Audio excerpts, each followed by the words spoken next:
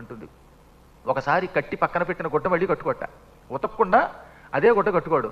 ప్రొద్దుటి కట్టింది, సాయంత్రం కట్టి, ఆ సాయంత్రం కట్టింది, మర్నాడు కట్టి, ఇలా ఏడాది పాటు దీక్షావస్త్రం కింద దాన్ని దిగదొక్కి వాడాడు ఆయన.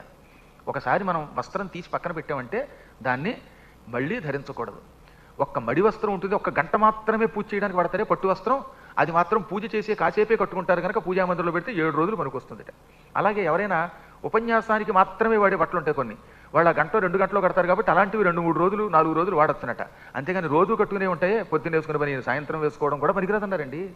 పొద్దున్న నుంచి సాయంకాలం దాకా బనీయంతో తిరిగి ఎక్కడెక్కడో తిరిగి వచ్చి ఈ చెమట కొట్టు బనీయంతో ఉపన్యాసానికి రాకూడదు, గుళ్ళోకి వెళ్ళకూడదు, ఇవన్నీ పాపాలట, ఇవి అభక్తుల యొక్క లక్షణములట.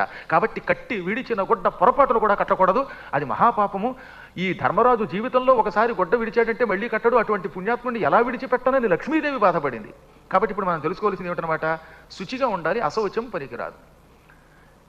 ఇక